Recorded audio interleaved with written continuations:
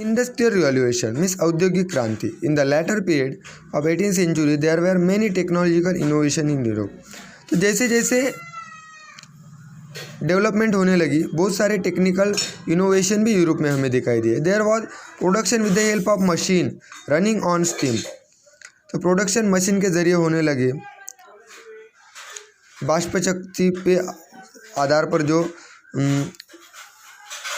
Machine थी वो चलने लगी. The cottage industries were replace by big factory. जो कॉटेज इंडस्ट्रीज थी उसकी जगह बिग फैक्ट्रीज ने ली. Machine came to be use instead of handloom. तो मशीन का यूज होने लगा हैंडलूम के छोड़ के. Railway and steamer became the mode of transportation.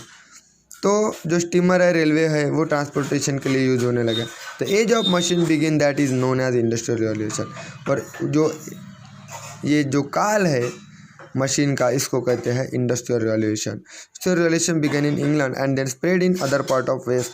During this period England enjoy industrial prosperity and came to be describe as a world factory. Industrial revolution began in England. Industrial revolution कहाँ पे start हुआ? England में.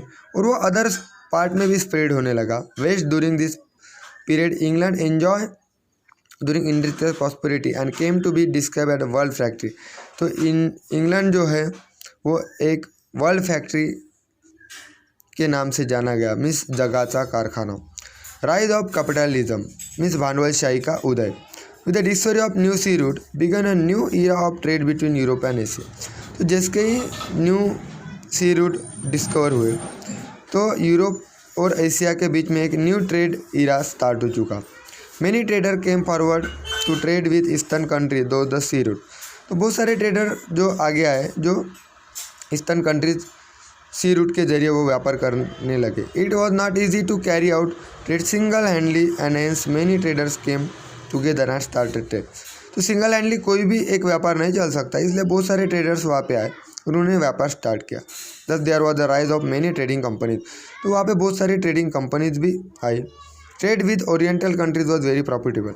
जो पौरत्य जो देश है उसके साथ जो ट्रेड था वो प्रॉफिटेबल था and responsible for economic prosperity. Economic दृष्टि से वो अच्छा था. Hence European rulers started giving military protection and trade concession to this trading company.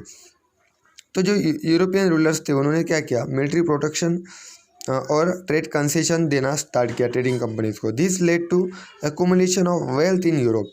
और इसके लिए यूरोप में ज़्यादा से ज़्यादा पैसा बढ़ा. This property was use in the form of capital for trade and commerce will lead to rise of capital economic system in Europe.